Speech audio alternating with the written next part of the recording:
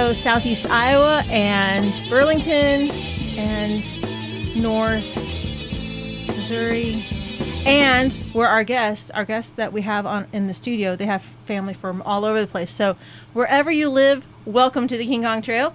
I'm Amy Vandiver. I'm your host for this session. And alongside of me is my co-host and partner in crime, Doug Vandiver.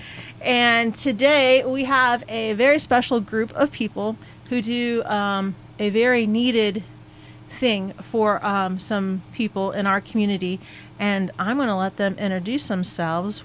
So we have Iowa 2x4s for Hope here today. Yep. And Lester Kistner and Diana Adamire. Yes. Okay, perfect. So can you guys tell us a little bit about yourselves? We'll start with you, Lester. Yes, I am a 6-year veteran of the U.S. Army. I went in right after high school, and I was going to make it a career, but I ended up having a parachuting accident that cut that kind of short. So I ended up with a military discharge, because the knee, instead of bending in this way, went the other way. I hear that happens when you jump out of a perfectly good airplane. Oh, it is. I was terrified the first time, but after I got out the first time, I kept wanting to go. It's a different feeling. But anyway, come from a long line of military family, 6 kids in my immediate family, and 5 went active duty, 6 went married active duty. Okay. So we're very... All the same branch? All Army. Oh, okay. Yep. Okay, so there's no rivalry with branches. He married, and he ended up being a 1-star general. Oh, okay. So that was good to know. I mean, it was something that we felt that we should do because, to protect our freedoms that we have in this country. That is, I think we take it for granted a lot of times, the freedoms that we have in this country. And, we have an amazing, right now it's the political scene, and we don't get into politics here, and it's craziness, but, we have the best country, and thank you for your service. Well, thank you. And as you notice, we have our own T-shirts, and if we're a veteran, we have veteran on the sleeve, so you would know. But anyway, so when I got out, I went to work, of course, and I retired. Well, I was looking for something to do that would give back to my community. Well, we went, and then we saw that my cousin and her husband had the 2x4s for Hope over in Illinois.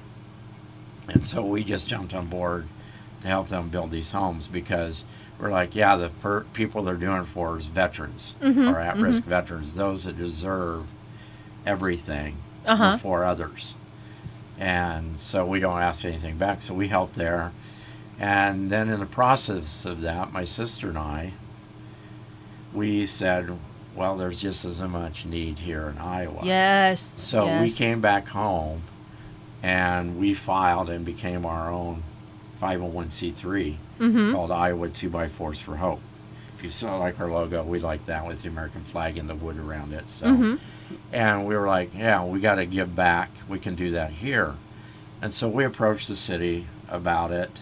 Which city? Fort Madison. Okay, Fort Madison. At first, when we first brought it to the city council, and man, they just jumped right on board, because it's a part of our population that's been ignored for far too long.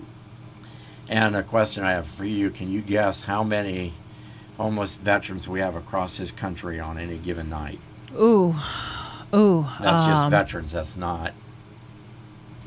Are we talking thousands, millions? Yeah, thousands. Thousands, okay. Well, I just heard a statistic today. Okay. But it wasn't just veterans.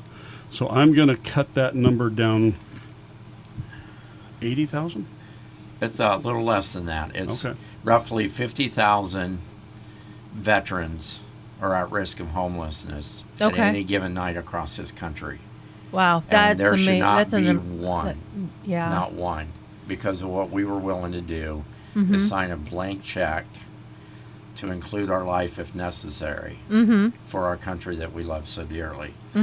And so for them to be out there, we don't know their situations, but they shouldn't be that way. That somebody should be able to step up and help those veterans. And so that's what we do. We come in and we take our at-risk veterans that do not have a place to call their own. Technically, say they're living with family. They are technically at risk because they don't have their own place. Right. So what we do, we take that and we build a tiny home for them. Okay. And the process of doing this is we have an application nomination process that the veteran themselves can nominate, fill out a form, or if you know somebody that's at risk that doesn't have a place to call, a veteran, you can also nominate them. So what we'll do, we'll gather those applicants and we will review them, and what we do, we'll bring those in. If we get more than one, we'll bring the individuals in and we will just kind of have an informal kind of like an interview just to get to know them a little bit about their situation. We don't ask how they got there. That's not up to us. Right. Our job is here, whoever we choose, this is not a handout, it's a hand up. We're there to brush them off, pick them up, brush them off, and say it's going to be okay. We'll give them a fresh new start. Nice. And when we put them in these homes, it's completely furnished, has all the furniture, all appliances, pots, pans, dishes, washcloths, even down to notebook paper and pens. Oh, wow. We give them a storage shed. We give them a charcoal grill. We give them a weed eater, lawnmower, and blower. Okay. If they so have to have it's kids. literally a whole it's move-in house ready. setup. Okay. And the veteran pays nothing for the house. Okay. Okay. They can Nice. live in it as long as they want to. They just pay the utilities and the extra stuff, the insurance and those kind of issues that they want. But they pay. There's no mortgage, no rent. Do they own? So they own the home? No, then? No. We still own them. You own keep the home. ownership because the city was concerned with that when we brought it. They were like, well, what are these houses going to look like in 10 or 15 years down the road? Right. Or is the veteran going to be able to take this, turn around, sell it? I was wondering about that too. Pocket the money. Okay. And then you don't know who's going to move in there.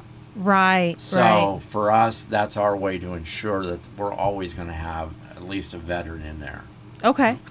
It's our way of making sure that they just can't benefit, like tomorrow, turn around, sell it, and take the money 100% profit and leave. Right. Right. That's not what we do. Okay. And when we put them in the home, it doesn't stop there. We continue to stay in touch with them, make sure that they get the help and services that they need. So there's Because a a case lot of- management there going on? A lot of them don't know what to do. When you're discharged from the service, they don't tell you what's available for you. You have to go search it out. When they end up homeless, they have no idea. So that's where we come in handy too, where we can direct them. Say if they need to work on getting benefits from the service, we put them in contact with our veteran service or advisor, and they can help them. Or if they need a ride to a grocery store or something because they don't have a car, Right. we'll Nice. make sure that they get what they need. So, with the new veterans place in Burlington over by Oh, the clinic the there? clinic, do you work close with them? Do Well, they have what the they veteran do- services there? Well, what they have is just mainly for medical Okay. issues. So if some of them have VA medical issues, then we make sure that they can get there, let them know that there is a clinic that they can get treatment for. Okay. Otherwise, if they want to go, they can go to Quincy. They have one, an out clinic, and then, Right. of course, the main one in Iowa City. Yeah. Yeah. But we just kind of want to get them feeling like they belong back in society again, that they're not left out, not forgotten. Yes, definitely. And so the significance, our mission is building a hope and a future one board at a time. So Nice. the 2x4s, hence, it takes 85 of these boards to make the frame of the little home that we're building. Okay. And what we do, we host signing events where we ask people, everyday people, just come up and sign these boards with their name, give them words of encouragement. And then when we're building the house, Uh-huh. the veteran gets to see all these signatures on these boards before they're covered up. Mm-hmm. So in essence, they're surrounded by love and encouragement the whole time you're in this home. That's amazing. Do all 2x4 programs do the signing events, or is that something special that you guys came up with? Well, no, it's what we do. It started over in Quincy. They did that kind of thing too, so we just carried it over to here Okay. because it's a cool thing. Nice. You know, when you have people out there that still care and appreciate our veterans, and for them to show that by signing these boards. Mm-hmm. And when the veteran gets to see that, it's kind of a teary, It's very emotional time because, you know, some of these veterans are from the Vietnam era, and we all know. Oh, yes. I was just thinking about that, yeah. They were not treated well at all when they came back home. So they never had a formal welcome home. Right. So Yeah. when the house is done, we basically will build the house start to finish in 2 weeks. Oh, wow. Yeah, That's pretty quick. Yeah. it is. I can't Yeah. even build something simple Yeah. in my own home for in And 2 so- weeks. The key is the veteran only gets to be there like on the first build weekend, only that Saturday and Sunday. When they done that weekend, they can't come back until Okay. we have the big reveal. We make a big deal out of it. We have a formal kind of a ceremony for them. Mm-hmm. We have the military that will post their colors, the American flag and their branch of service on the house. Nice. We have a pastor that will bless the house. Uh-huh. And then we do a formal ribbon cutting, and then first we'll take the veteran in by themselves so they can take it all in, Right. because they actually get to see the finished product. And that is a special thing because they're so overwhelmed Uh-huh. by that. They can't believe that there are people out there, organizations that would just build them a home and ask for nothing in return. Our last veteran that we had, his comment was, "What's the catch?" Oh. He couldn't believe Right. when we were doing the interview that we were just going to build him a home and that it was going to be his to live in. Because we try to personalize it to the veteran. This particular one, he was into birds, and so we made sure to have bird feeders.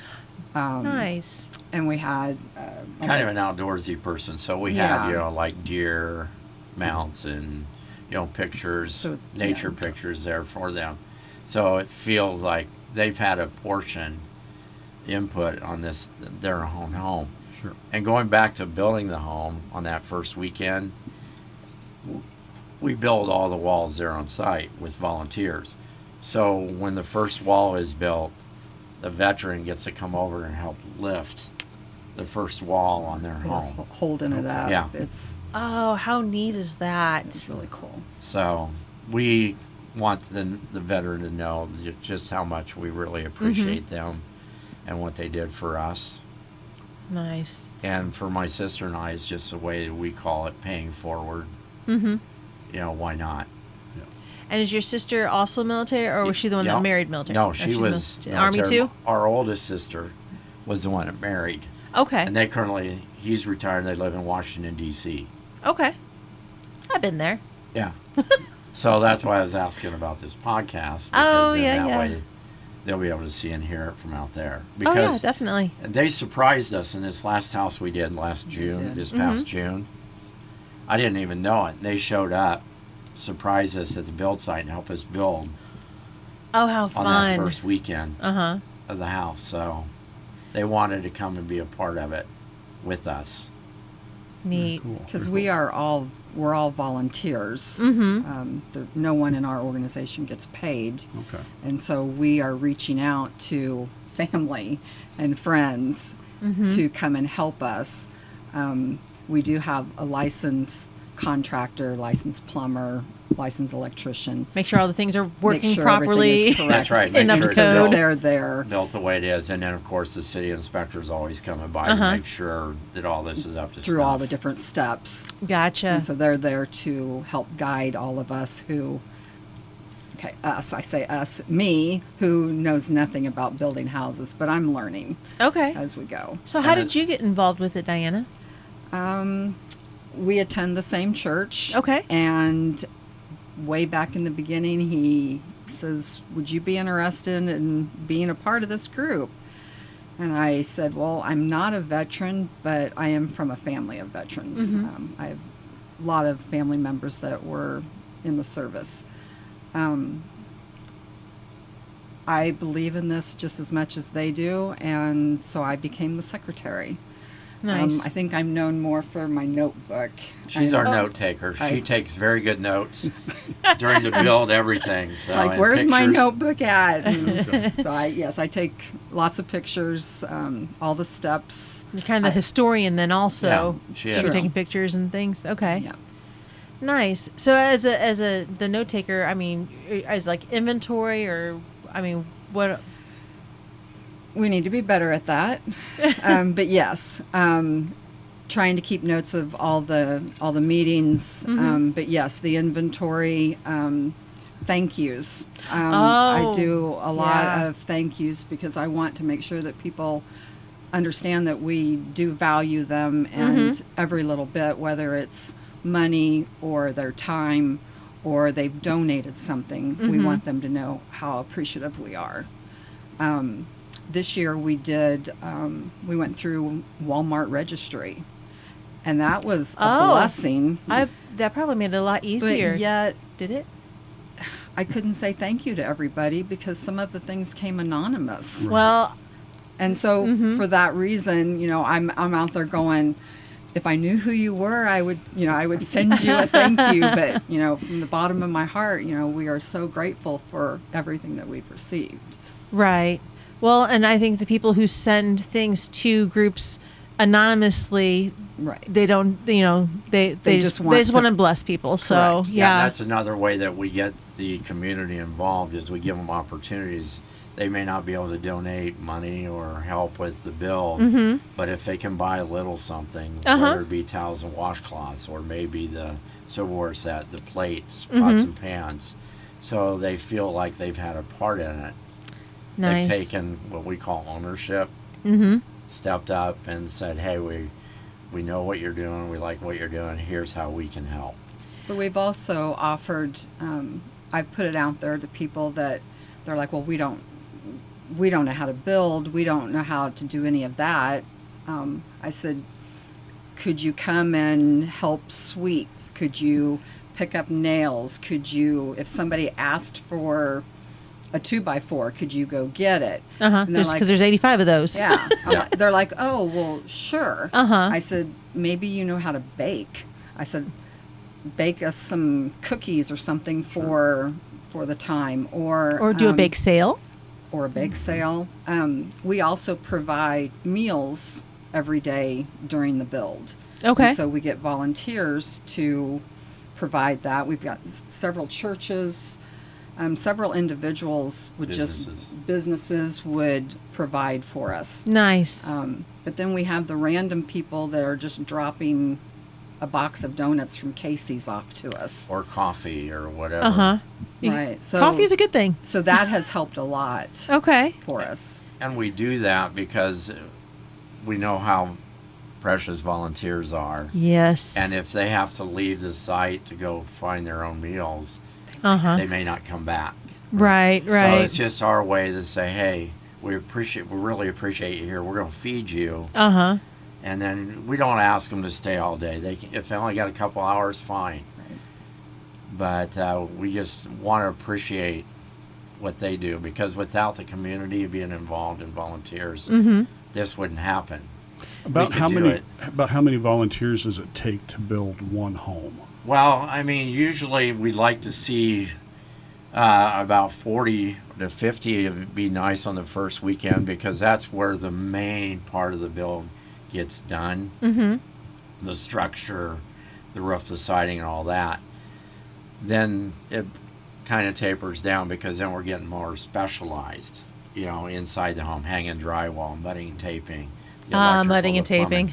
Yes. All those things. So we don't need as many volunteers for that. So, I mean, we don't turn anybody away. They just come, and if you can go around and say, hey, you need water, something to drink.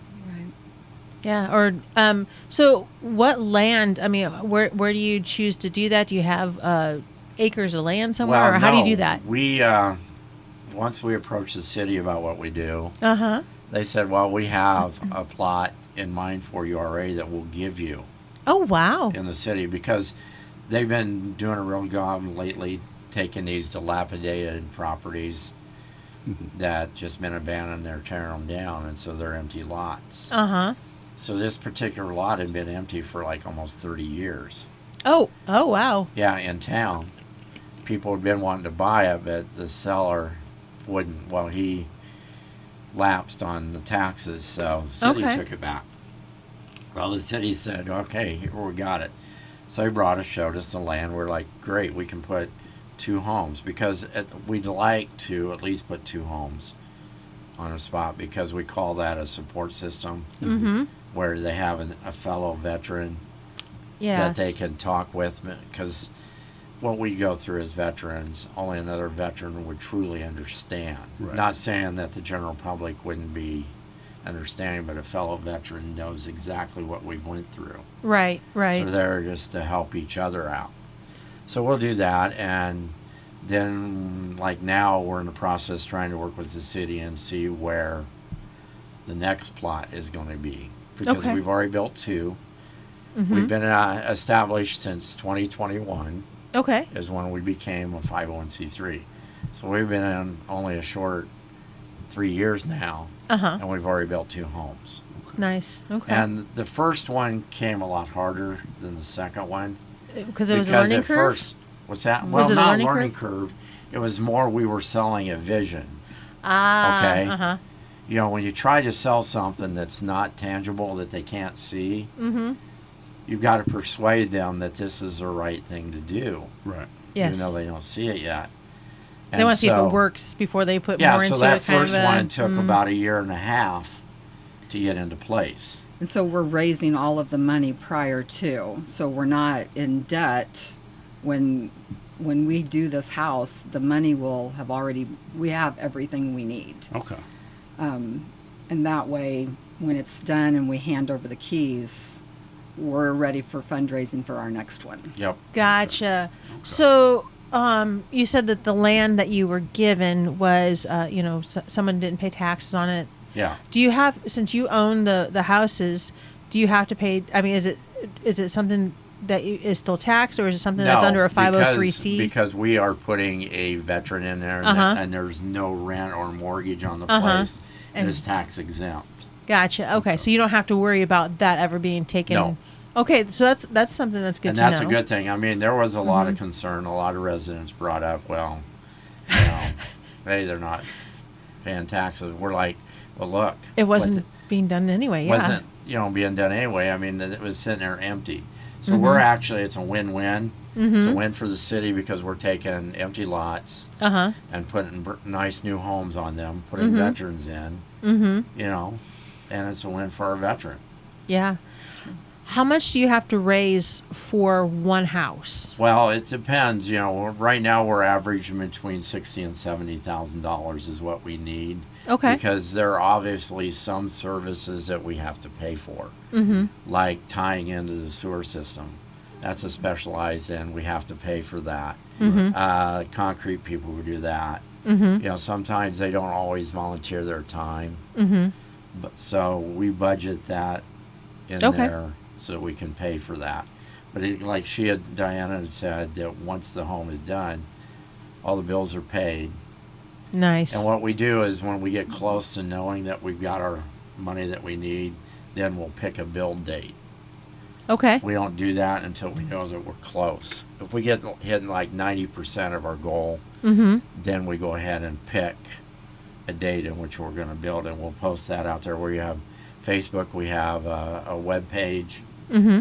Okay. So, And we'll get the web page from you, and we'll put Yes. it with the announcement that when Yeah. we send this out. Sure. Okay. and of course, fundraisers that we do. That's what the bulk of it is fundraising, and then donations from other service groups and companies and all that. Mm-hmm. So we got a lot of events coming up, We do. quite a few. Can you? I know. I poked around your Facebook page before you guys came on, and there sound like there was something kind of fun coming up in the end of October October. Yeah, 26th. it's called Escape Rodeo Park. It's in essence, it's a big game of tag. It's set like in an apocalyptic style where there are safe zones throughout the park, and our runners have to navigate those safe zones without getting tagged by our zombies, those that are infected. Okay, if they get handprints, red handprints on them, You're out. You're toast. they're out. They're no longer a runner. They're They infected, become so they infected. become part of the taggers. What is that game? It's not Shark. It's like when I was in gym, when I was a kid, way back when, you'd have one person and then everyone would go from one side of the gym to the other, and then they'd tag, and whoever they touched had to stay in the middle, and then you just had to keep going back and forth until you're the last man standing.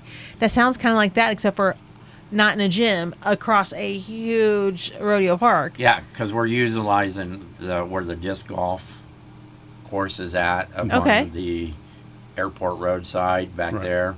We're utilizing that whole area of the park.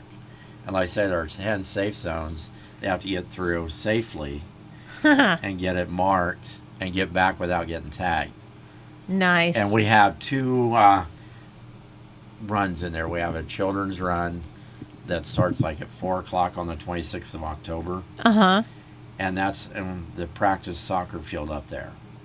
So the younger kids can get there. They can. What are the age groups for younger kids? Because I have kids, but I think he would probably try and take out all the little. Well, I mean, for that portion, they can choose to do the adult run if they want to. Yeah. But if not, like up to 12 years old, Okay. Yeah, we'll he's put a little in older that than one.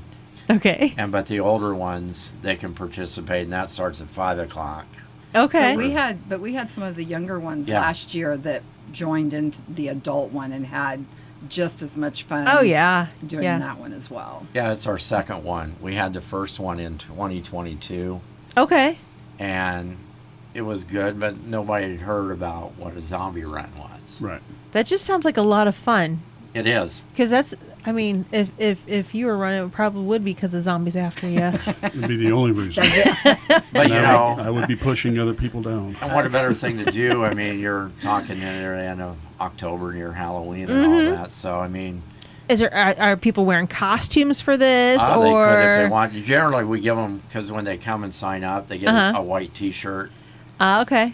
So that way we can We see want the to be able to handprints. see the handprints. Yeah. Right. Right. And so if they get to the safe zones, the person there that's manning it will look real quick and see if they got any handprints. See if they're cheating or not. Yeah. Because Well, my but just kid, see if would, there's I, any I have handprints. a kid that would probably cheat. Like, You know, nobody touched me. And if Nobody they touched see me. the handprints, they're like, "I'm sorry, but you're You- infected now. You have to be part of the."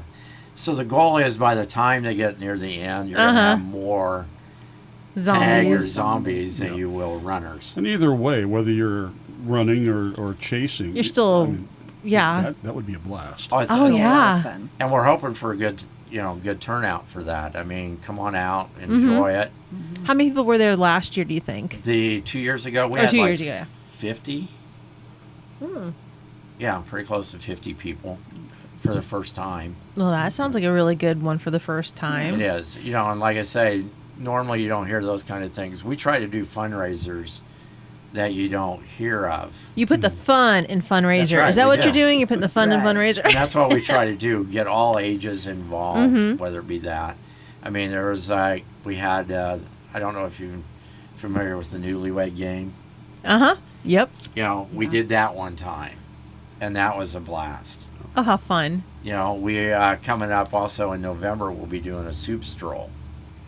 Where Okay. we have people that will make soups and Uh-huh. in kind of like a contest. And then we have people that come in and pay to taste all these soups, and they get Mhm. tickets to vote. And last their year favorite. last year we had a mug and a spoon. This year I think we're going We're with going for with a a bowl, soup bowl, like a soup bowl. Okay. mug like.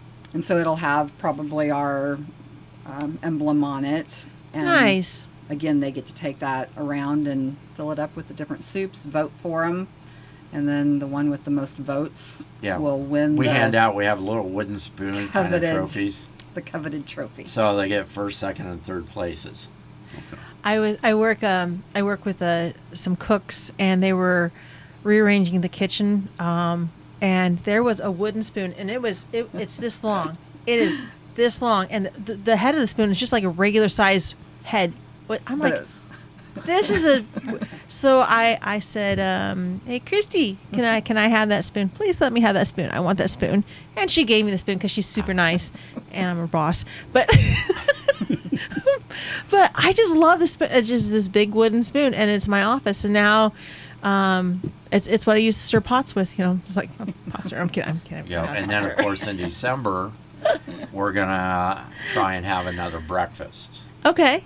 Okay, we have organizations like the Eagles Club in Fort Madison. They allow us the use of their facilities. Nice. To be able Okay. to do that, and they helped us last year with that. I'm familiar with the Eagles here in Burlington. How big is the Eagles, and where's? I mean, Well, in the Eagles Fort Club Ma- in is it Fort pretty big? Madison is out on the west end, behind Burger King and Dollar General out there. Okay. It's out there, and they've got quite a few members. Okay. It's okay. always busy. They serve food every day. Oh. So it's Okay. busy, open to the public to go in and do that. And then, of course, they have organizational events, for the members and all those things. And so they chose to help us last year with the breakfast. Nice. Okay. And all these different events. So you have the zombie run later on this Yep. month. You have the soup stroll and the And breakfast. then in January, we're going to have a trivia night. Oh, fun! So you guys have something going every month We to try. kind of We try to do that Yep. because that continues to work us towards our goals. right. Plus, it gets our name out there. Yep. More Yep. so. Okay. So how close are you to building the third one? Right now, we're a little ways off yet. Okay. We weren't quite about a third of the way there. So maybe a year out before you. do Well, another no, one? it probably won't be in the spring. It'll probably be fall. Okay. Would be my guess of next year Okay. when we build. Ideally, we would like to have enough money coming in that we could build twice, Right. in the spring and in the fall. Ideally, that's what we'd like to do. Especially if you're working on the same plot of land, might be nice to get the neighbor in It is. for the. And but the thing is, when we're building, that's what's fun. You'll get neighbors; they'll just bring out their lawn chairs and sit out and just watch what's going on. Sure. Mm-hmm. Because it's unlike anything that they've seen. Mm-hmm. Especially on that first day when we've got a lot of volunteers. Mm-hmm. It looks like chaos, but we call it organized chaos. Yep. There's Yep. a method to our madness out there. Well, let's talk about the house itself because when I think tiny, I've seen people turn a shed into a a little house or something like that. And But- it is easy for them to mix that up. Ours aren't quite tiny. They're 576 square feet. Okay. They're permanent. They're on a slab. Of course, it's 16 feet by 40 feet, and that includes a 5-foot front porch. And it's actually really spacious. We've worked with the designs to where we maximize every square inch that we can in there. It's pretty much an open concept, really. I mean, we have an alternate plan that, say, if the veteran has a child, Okay. I was wondering about how many bedrooms. typically they're one bedroom. But if they have a child, what we do is we'll move the wall between the bedroom and living room out over a little bit, making the living rooms a little smaller. We'll put a stub wall, what we call a Jack and Jill wall, and make it a 2-bedroom. Okay. Gotcha. Your first homes, were they one bedrooms or were they? Both the first 2 homes that we did were both 1-bedrooms. They Okay. were just single veterans. Well, no. No. The first one Josh- was a 2. Josh, Our first Sorry. one has a 2-bedroom. yeah, Okay. because he had kids. Uh-huh. And the story kind of behind that was he just didn't. When he did that, he couldn't fight for custody. So It's really hard to fight for custody when you don't have the home yet. yeah, it is because you go to court now. They're not going to listen to that. But Yeah. But Anyway. he has the room now. yep, If and when If it and works when. out. Okay. Then he's And maybe ready. they come visit them, so hopefully they Yeah. get to have, so they'll have a Yep. place. Nice. Okay. yep. And once that happens, he just lets us know we have a set of bunk beds sitting there waiting. Oh, to you put guys in are the house. prepared for that too. Yeah, Yep. And all the Nice. bedding for those beds too.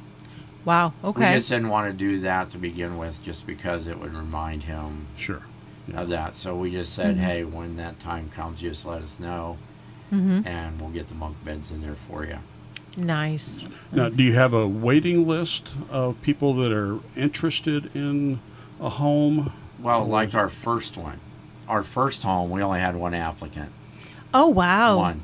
And luckily, we liked him, and Yeah. everything worked out. Yeah. And Worked all out. paperwork was good. Now, in and the second one, we had 3 applicants. Okay. And like I say, we go in there, we interview, get to know them a little bit. Mm-hmm. And then as a board, we'll sit down after all that is over and say, okay, who's the most needy? Mm-hmm. That's got because- to be a hard. it was It's a hard. very hard We decision. wished we could build 3 Sure. Yeah. Right. for all of them, But you just but their get- names yeah. are still going to be. I mean, we still have their names, Mm-hmm. and so when we get ready for our next build, we'll be reaching back out to them to say, are you still interested? Uh huh. And they may have found some and place maybe between they now and will, then. maybe they won't, and if they are, then Yeah. they'll get put back into the pool of it. Okay. Very good. Nice. So that I mean, I can just imagine. I know I know homelessness is such a huge thing, and it's getting more and more in our area. And so the is. need is the need is just there. It's great. It's Mm-hmm. a great need. And the thing is, the first time, it's hard to find these veterans that are at risk. Mm-hmm. Because as a veteran, when you're in the service, you're taught to not ask for help. Right. Okay? Because if you do, it's kind of like a sign of weakness. Uh, So you're just taught, suck it up and, do the best you can, whatever the situation may be. mm-hmm. So it's hard for those to get those to come forward. We got to go searching for them. And so that's where we work with, like, our local veteran service rep. We'll work with, like, the VFW, those Mhm. service organizations, and maybe they know, or the Salvation Army. Salvation Army deals Yeah. with veterans also. Mm-hmm. So we work with them in coordination. So if they get one and they think that it'll be a fit, they get a hold of us and say, hey, I think we got somebody that might be a candidate for you. Okay. And part of the process also is making sure they have to provide their DD 214. That's Mhm. their proof of service. And on there, it has to have an honorable discharge. Mm-hmm. Okay? It can be honorable with a medical Right. or retired, but if it's unhonorable, dishonorable, or other, they're not going to meet our program. Right. Well, and it would be nice if every person who is facing homelessness, no matter what, if we could give, make sure everyone was taken care of, but you have a specific group and you are reaching out to that group. And so those requirements seem very fair. Yeah, we caught a little flack on that because we were just targeting our veterans, and we've had people, why just veterans? We're Oh. like, well, that's what we chose. And why, if they're And we're like, why not? right. And if someone, for me, I think if a group is doing something and they say, hey, this is a group that is really near and dear to my heart, I want to do something about the issues that they're facing, let them. Yeah. Let them. Cheer them on. Get them on your podcast. Let them have, let them do the things that they need to do for the people that's on their hearts. Good for you. Yeah. Don't listen to the naysayers. There's No, too we many of don't. those anyway. We just say, why not? I said, if it wasn't for them, you wouldn't Uh-huh. be able to say or do what you just did. Heck yeah. That you can freely say Mm-hmm. what you want. Right. And if someone else wants to help someone else, let them, Yeah. but you guys are doing something. You guys are meeting a real need in It the is. community. So yeah, that's too bad that people are naysayers. It's too easy to be a naysayer. Well, the it's too easy. unfortunate Yeah. thing today, Oh my gosh. society, it's- Yeah. a lot of the younger generations are losing touch about what it means to be a veteran. Mm-hmm. They don't know that. Mm-hmm. They just saw what's going on. A lot of them don't. So, those veterans that have stepped up and really are part of our history, Mm-hmm. they're just forgotten. You Mhm. ask them today. We ran into a group. I just asked them, I said, what do you think? Could you help us sign a board on it? And what they had said was not a good thing. Oh. It was that the veterans deserve nothing. Oh. Wow. And I bit my tongue, Uh-huh. of course, but then I said, look, I said, the very reason that you can say what you just did is because of our veterans. Mm-hmm. They fight for our freedoms. Mm-hmm. So the very least you could do is at least have some respect Mm-hmm. towards that population. Yeah. You know, because you could be speaking a third language right now. Mm-hmm. You know, you could be living in a country where you say those kind of things and you end up in jail or worse. Yeah. And being a veteran, getting to see other countries and how it is, you know, makes you appreciate what we have even more. Right. Yeah. I remember my dad's side, most of them live in Hawaii, and I went to go visit my family there, and which was just awesome. But I went to Pearl Harbor. It took me to Pearl Harbor. And this was how long have we been married? It was about 26 years ago that I went to Pearl Harbor. And there were people who were there that day. And they got to tell their stories. Now, if I took my kids there now, I would probably just take you and leave the kids at home. Please do. But, you know, they wouldn't get to hear that firsthand experience, you know. I worked with a lot of elderly vets, and I got to hear their stories. And, you know, it's firsthand experience. We don't have that right now. We don't listen to that right now because we're too busy. It's too easy way too easy to bash somebody like your group who is doing something for someone. Yeah. And wow, I'm sorry that happened to you. 2, it'll probably happen again. And 3, shame on them. There you go. It does, and that's what we say, shame on them anyway. Yeah. But anyway, you know, the thing is, one of our greatest generations of veterans, the World War II veterans, you know, there's not many of those left in this country. So I just urge people that, you know, if you have family members or friends that have a veteran, talk to them, ask them get about their stories. Get their stories. Yes. Because we're losing that every We are. day. Yeah. And that's one of the reasons that we started doing this was to, and I was telling you about getting my mom and my grandma, that, you know, I lost those opportunities. Yeah. And, you know, I would love to listen to more World War II veterans, you know, talk about their story before those stories are lost, because, I mean, there's such history. I had the honor last October, a year ago, to go on an honor flight. Oh, I've always wanted to do that. Washington, D.C. And so I got to really talk to a lot of the Vietnam War veterans, Korean veterans, World War II veterans. There were 3 World War II veterans on the flight. Wow. The majority of them were Vietnam and Korea. Right. But they had, for me, because they opened it up through because I served during the end of the Cold War era. You know, when the Berlin Wall and all that was still up. Of course, that fell. I actually got to patrol that wall. Oh, wow. So I'd like to go back and see it today, but We have a friend with a piece of it, and we have I know, there. but I'd like to go see what it looks like today. Yeah.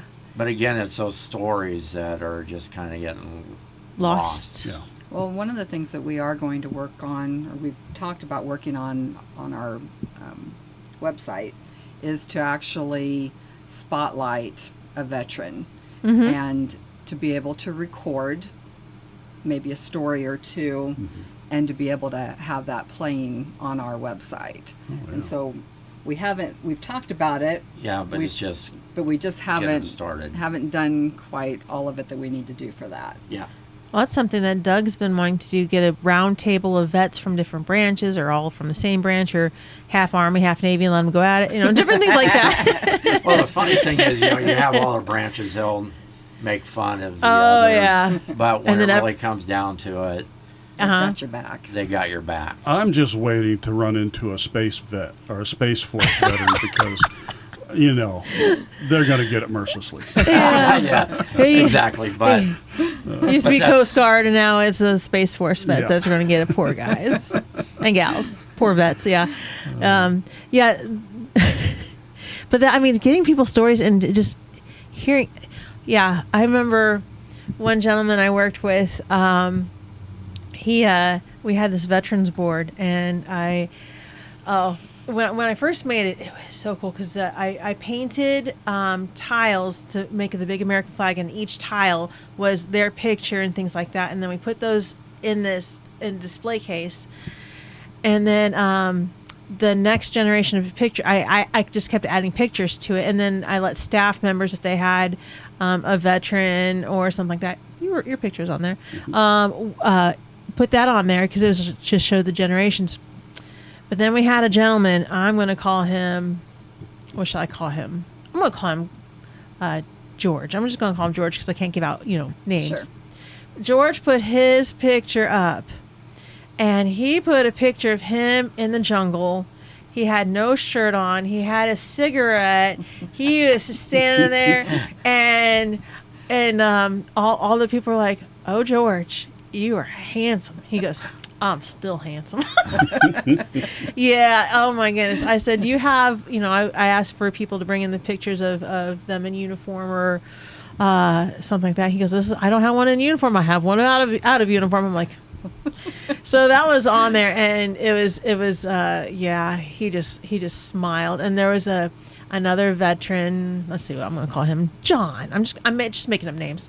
And John was saw his picture up there, and he's rolling around his wheelchair, and he just stood up a little. He was just like, yeah, and yeah. And then at Christmas time, I had a big red, white, and blue Christmas tree. Like the white one was huge, and I had a red and a blue one next to it. And I took all those pictures, and I shrunk them down, and I made ornaments out of them. Oh, and so one of the staff members had this really neat red, white, and blue ornaments that were actually they're blue with the white stars and the red and white striped ones, and we put that all around it.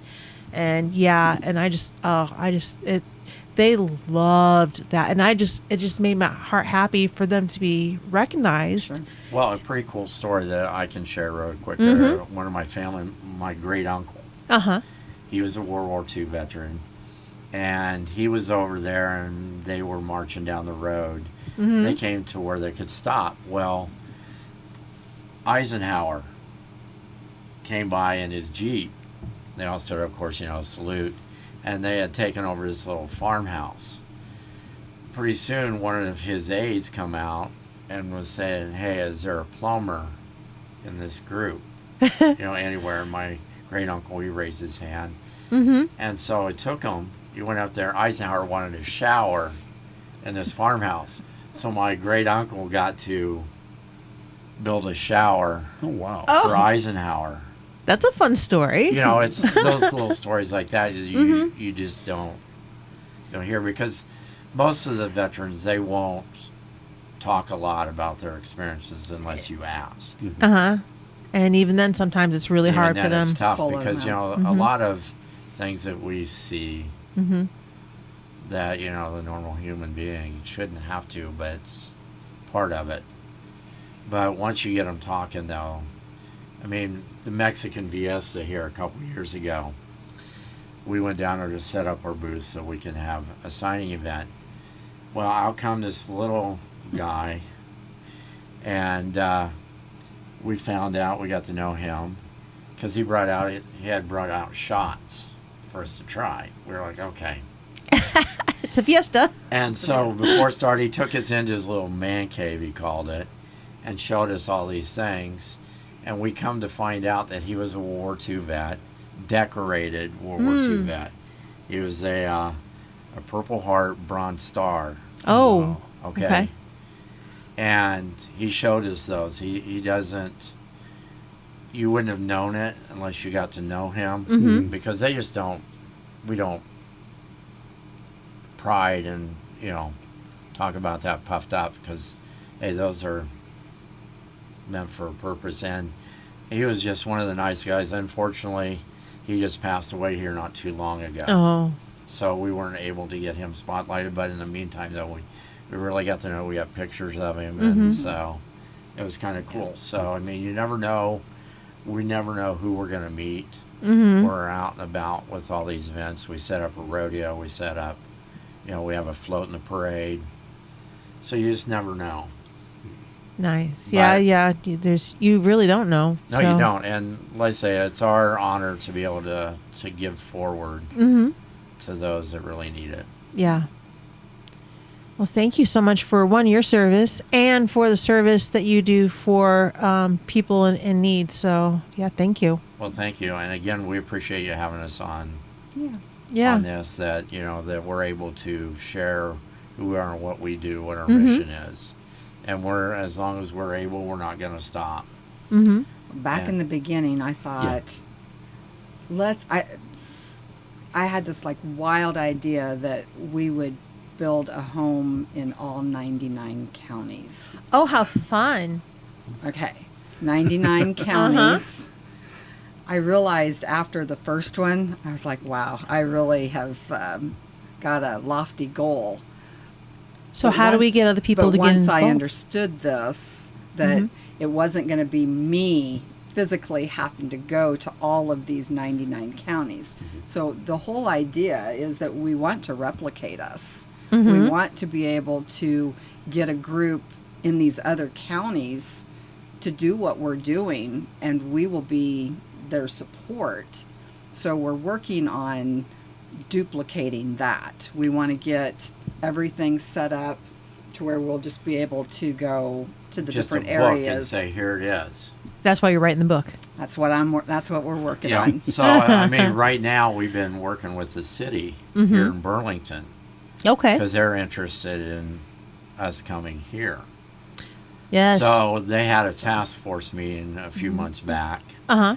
And so they asked us to come and talk about that. And so we shared what it takes to bring it to another city, another county. What it takes of one or two individuals, like my sister and I did in Fort Madison, that live here and they're willing That to have take the reins. connections. That have And connections. that has Yes. connections. Knows people that they can get to help. You know, we're there to assist them, help them get along, and guide them on what they got to do. You know, check your zoning laws and all those kinds of things. It takes a little bit, but Yeah. once they have that in place, and of course, they start doing fundraising for their builds in their town, because whatever money they raise, like if whoever starts it here, the money they raise here stays here. Uh-huh. So when it comes time for them to build, we come alongside them. We help them build the house. Nice. So what is two pieces of advice, one from each of you guys, that you would give to somebody who said, this sounds like something that I would like to do? So what would be your first thing of advice for them? Putting you guys on the spot. You are.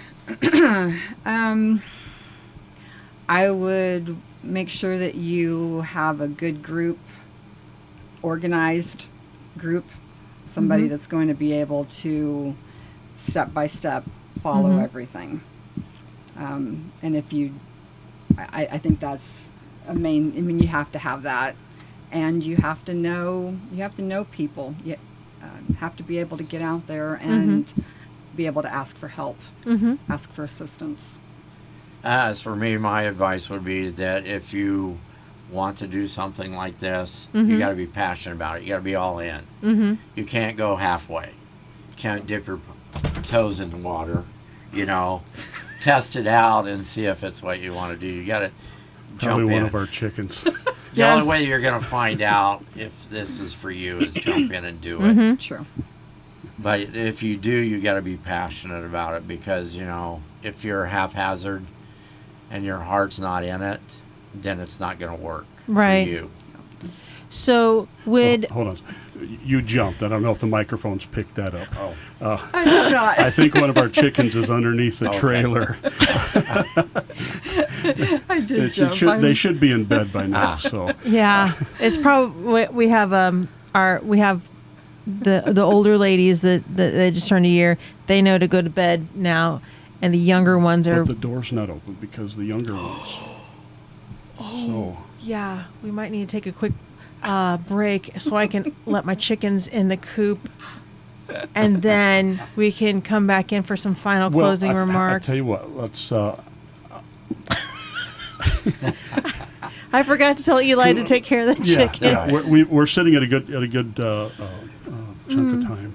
What is the websites? How can we Our get a hold of website you? is iowa2x4s4hope.org. Okay. And Okay. we will put that right up underneath. .org. Okay. Yep. And Facebook? Are you on Facebook is Iowa 2x4s for Hope. Okay. We have there, and if you want to follow us, because everything that we do, we post on our Facebook page. Okay. Our website, we For try to Hope? keep update, on events that may be out. Our Facebook is the main Like this? source. Yeah.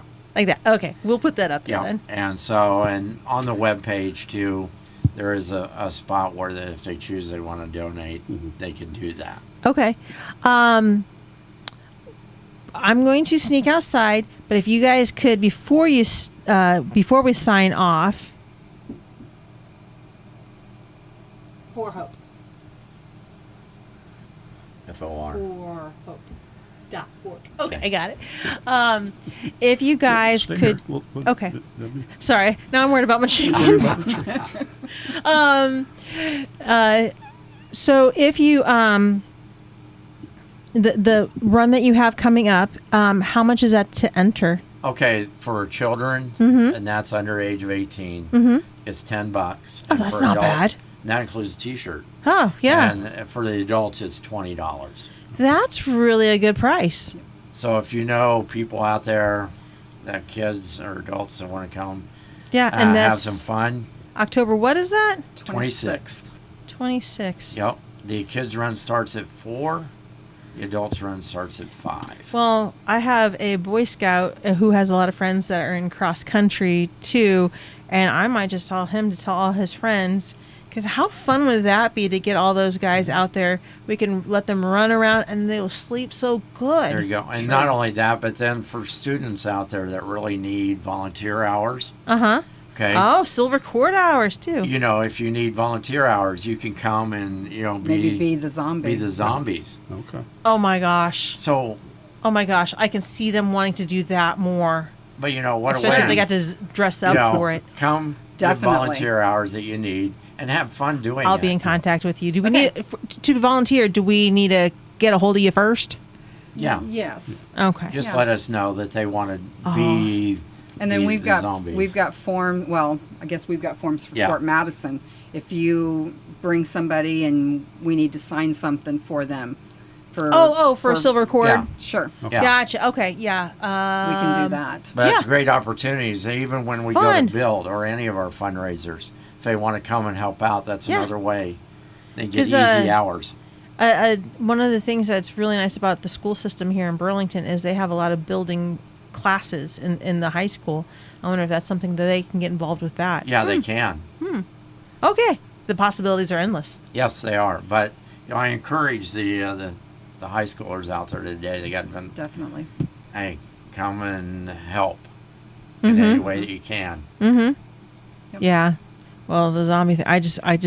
I know people. I know kids who would be all over Yeah, that we thing. probably need a couple dozen of our zombies. Yeah. To start with. Really?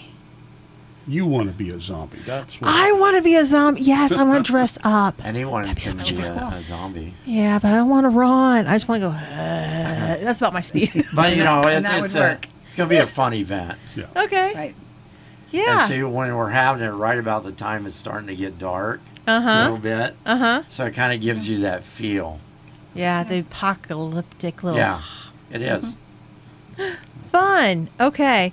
Well, I'm super excited about that. That sounds like I just know so many people that would be up their alley. Yeah, please put that out there. I mean, the more the better.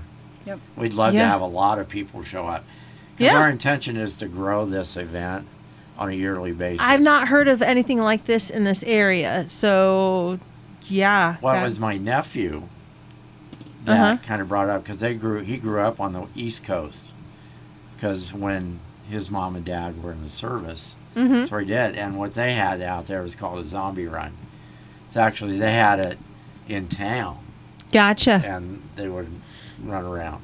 See, we went to Atlanta one year, and that's where they filmed that whatever that show was that he always watched. Walking Dead. Yeah, whatever. Blah blah blah.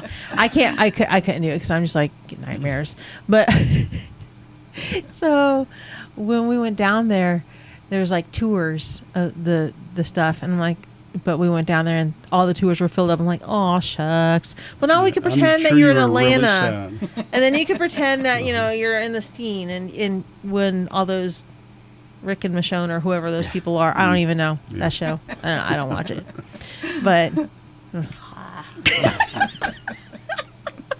It'll be a good time. Yeah, and if we could help you grow something that would that sounds like something that could grow huge every year, and that's something that way I think would be super easy to replicate for all the other areas.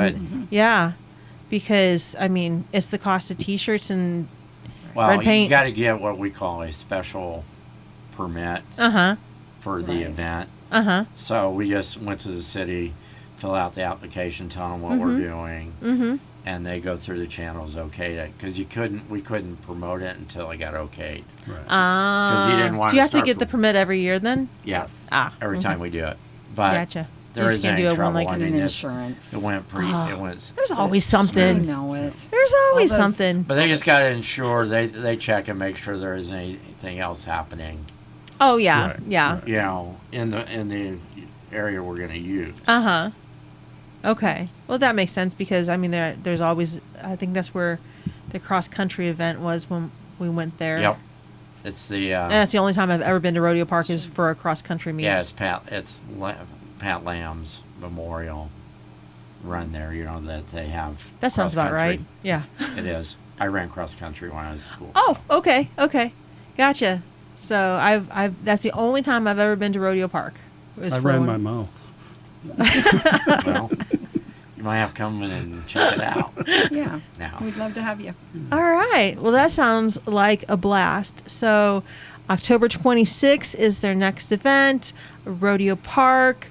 And you can find more information on the website and on their Facebook page. We will post links to that. Okay. Then the soup supper coming up, a breakfast coming up, something every month. These guys have something going every month, and it's for a great cause. So reach out, and if nothing else, do the signings. And do you have an open registry on Walmart all the time, or just when you're getting ready to build? When we're getting ready to build. Okay. But I think we talked about opening it up sooner. Okay. That way we can just go ahead and start getting things. Nice. Okay. So just keep watching. Because we can store those kind of things in totes. Right. That way right. you're ready. Yeah. Yep. And when it's time, it's time. Right. But again, pay attention to our Facebook and website because we always put things out there. Okay. Very cool. Well, I'm looking forward to the day that your Vision in 99 counties happens. Me too. So best wishes with that. Thank you for the service that you do for the people who are in service for us. Well, thank you. So we're happy to do that. So very cool. All right. Well, I think that will probably do it for this edition of the King Kong Trail. Our guests today, Diana Adamire and Lester Kistner, and they are with Iowa 2x4s for Hope. We'll put their links up, and yeah. Sounds good. All right. Thank you guys once again. Thank you. Thank you for having us. All right. Yeah. That'll do it for us, and we'll be back next week with another guest. And yeah. All right. See ya. Okay. Bye. Bye. Thank you. You're welcome. Thank you. That's cool.